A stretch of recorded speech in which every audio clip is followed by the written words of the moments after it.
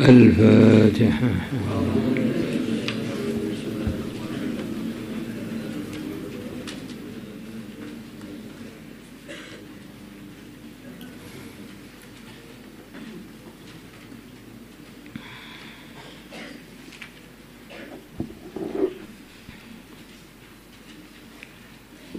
بسم الله الرحمن الرحيم.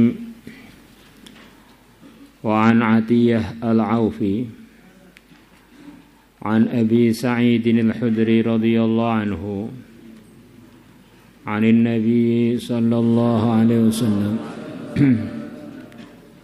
قال Nabi bersabda, afdalul jihadi, jihad yang paling utama, kalimatu haqqin adalah kalimat kebenaran,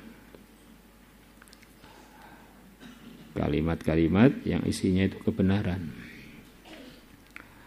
Inda sultanin jairin, di sisinya penguasa yang lalim, au amirin jairin, atau pimpinan yang lalim. Rawahu Abu Dawud wa Ibnu Majah wa Tirmidzi wa qala haditsun hasan.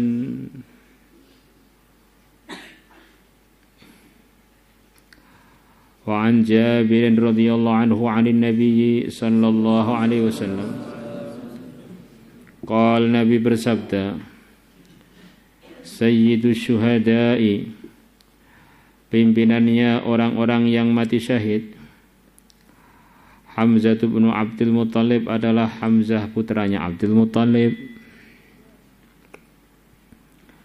Ada satu riwayat bahwa siapa orang yang menghidupkan sunnahku inda fasadi ummati, ketika zaman umat ini rusak,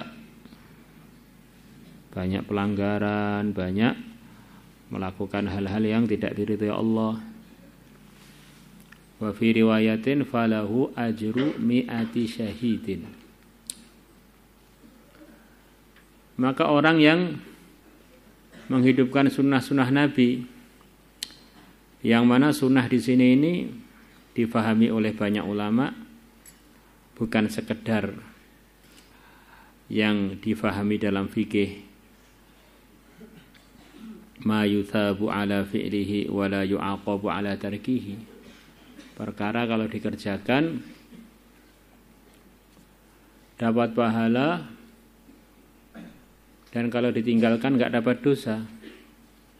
Tapi sunnah di sini ini maksudnya arahan Nabi secara umum yang isinya adalah agama itu, yang masuk dalam sabda Nabi, man ata'ani dakhalal jannah.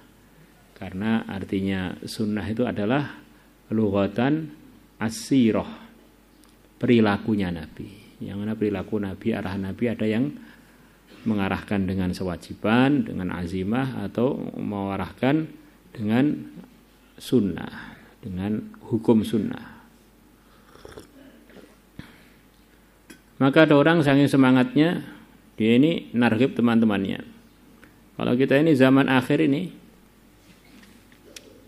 menghidupkan sunnah-sunnah Nabi, maka kita akan dapat pahala 100 mati syahid.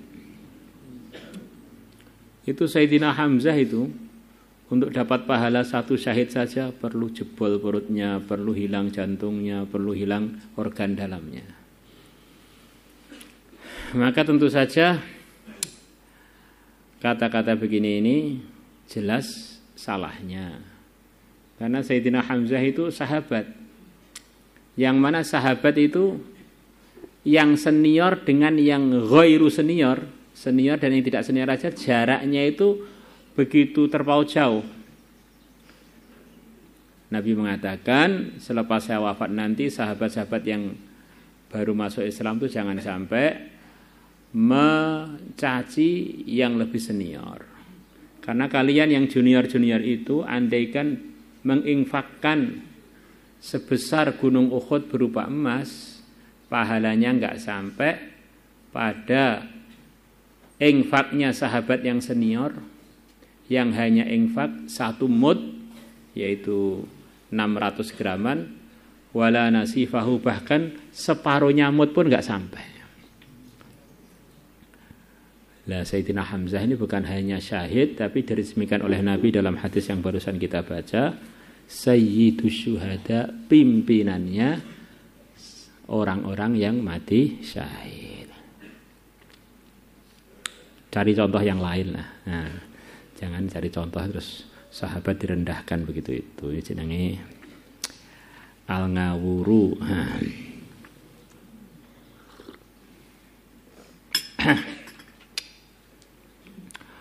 Warajulun, dan laki-laki. Ini yang selepas Sayyidus Syuhada ada derajat yang begitu tinggi yang diraih oleh orang ini.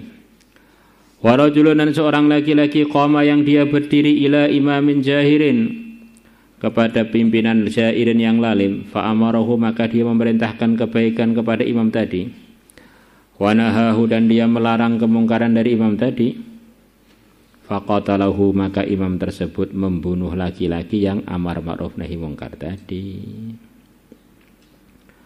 Rawahul Hakim, Imam Hakim telah meriwayatkannya, wa qala sahihul isnad.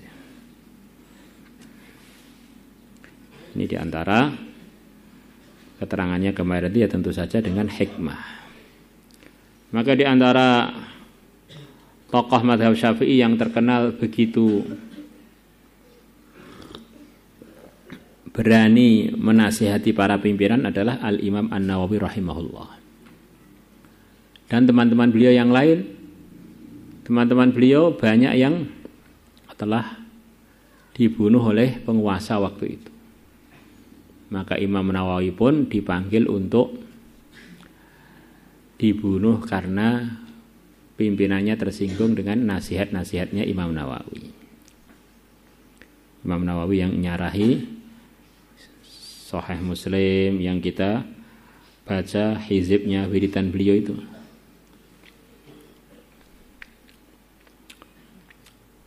Hizib Nawawi. Maka setiap Imam Nawawi dipanggil untuk dihukum, rajanya itu malah ngompol katanya gitu. Lihat Imam Nawawi itu takut. Dia sudah marah-marah, begitu Imam Nawawi sowan pada beliau untuk dihukum, nggak jadi lagi. Sampai penguasanya itu ditanya oleh temannya, kenapa kok kamu takut sampai kelihatan basah-basah yang ngompol terkencing-kencing itu. Nah, itu Nawawi itu setiap datang perasaannya ada yang menjaga saya, dan yang menjaga dia, yang menjaga itu seperti mau memakan saya. Nah, jadi saya kalau Nawawi datang suruh cepat-cepat pulang, takut saya. Maka itulah diantara fadilahnya Hizbun Nawawi itu, diantaranya untuk menjaga diri kita dari macam-macam orang-orang yang pengen keburukan. Thawabus sabri 'alal bala'i wa in qal. Pahalanya sabar 'alal bala'i, atas ujian, atas musibah. Wa in qalla, walaupun musibah tadi musibah ringan. Sabar itu pahalanya begitu banyak, sebagaimana dalam ayat-ayat yang akan kita baca dan hadis-hadis. Kalau sabar itu pahalanya banyak, kenapa ada sekian banyak hadis Nabi melarang umatnya minta sabar? Sedangkan sabar itu dapat janji-janji anugerah dari Allah. Bahkan umat ini diperintahkan untuk sabar. Ya ayyuhalladzina amanu sabiru wasabiru. Orang-orang sabar dapat berita gembira, wa basyiris sabirin. Terimalah berita gembira, berilah berita gembira kepada orang-orang yang sabar. Ada seorang wanita doa, ya Allah, ya minta sabar oleh Nabi, dimarahi, enggak boleh. Mintalah kepada Allah al-afiyah, minta selamat, jangan minta sabar.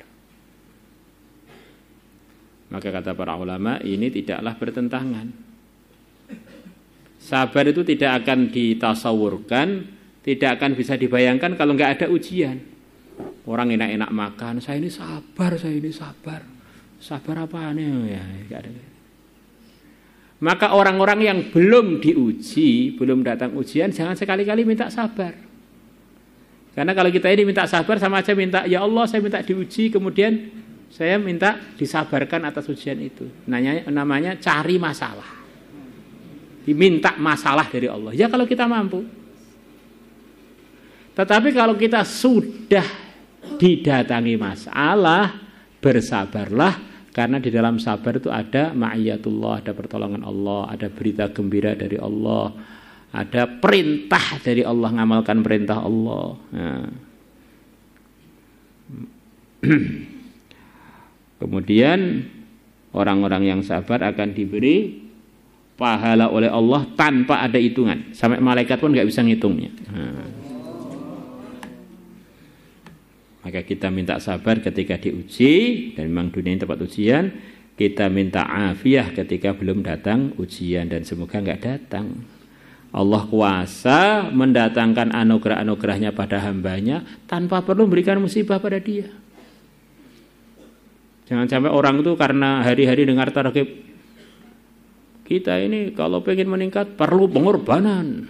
Kita ini kalau pengen pertolongan Allah harus korban. Sing harus niki lho sapa? Allah itu kuasa memberikan kita sebesar-besarnya anugerah tanpa mencapaikan kita.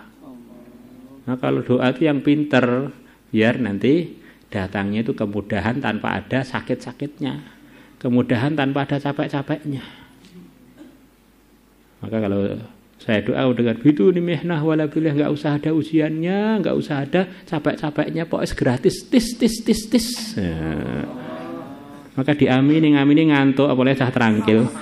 Tenggor subuh imamine ndungani petentengan ditinggal turu kabeh sak masjid turu, masyaallah. Kadang-kadang begitu itu. Padahal perasaan saya ini sudah gualak nih, ternak terangkil gak terkesan dengan makhluk.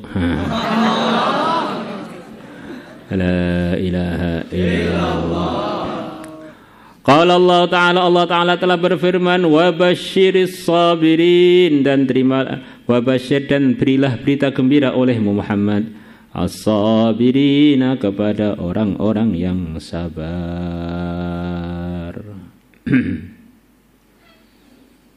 Allah wa qala ta'ala, dan Allah Ta'ala telah berfirman, ya ayyuhalladzina amanu, hai orang-orang yang beriman, isbiru, sabarlah kalian, wasabiru, dan sabarkanlah oleh kalian.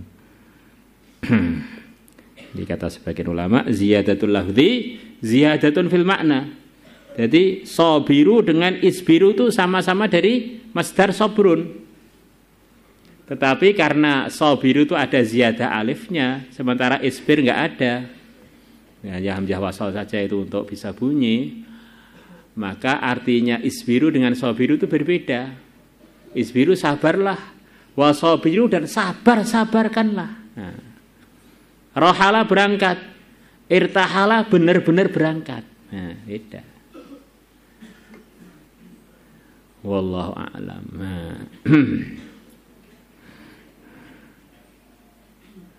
Daraba Zaidun Amron. Zaid telah memukul Amr, sekalipun sudah cukup daraba. Jadi kalau daraba Zaidun Amron bisa bertubi-tubi baru namakan daraba. Pleng, itu daraba. Kira-kira begitu itu. Qata'a memutus, kalau qata'a mencincang-cincang. Qata'tu al-lahma, aku mencincang-cincang daging. Kalau qata'tu al-lahma, aku motong daging. Warabitu, dan berjuanglah kalian. Riba itu diantara artinya adalah berjuang menjaga tempat-tempat yang mungkin daerah Islam itu diserang oleh musuh, dijaga di sana. Diriwayatkan dalam sebuah hadis, diantara artinya riba itu adalah menjaga sholat lima waktu biar ditunaikan dengan sebaik-baiknya. Orang sholat zuhur kemudian nunggu asar, itu termasuk bagian dari riba. Kemudian orang sholat asar menunggu maghrib, itu bagian dari riba. Maghrib nunggu isya bagian dari riba. Wallahu a'lam. Wattaqullah, dan takwalah kalian kepada Allah la'allakum, supaya kalian tuflihun, kalian menjadi orang-orang yang beruntung. Kalau la'alla itu yang berfirman Allah, maknanya adalah pasti. La'allakum, pasti kalian, tuflihun, kalian akan sukses. Nah, di arti aslinya la'allakum, supaya kalian tuflihun. Tapi asli artinya karena yang firman Allah itu pasti. Kalau Allah tidak supaya begitu, itu Allah kan yang menentukan segalanya. Kalau sudah perintah begini ya la'allakum, pasti kalian akan menjadi orang-orang yang beruntung. Maulaya salli wa sallim daiman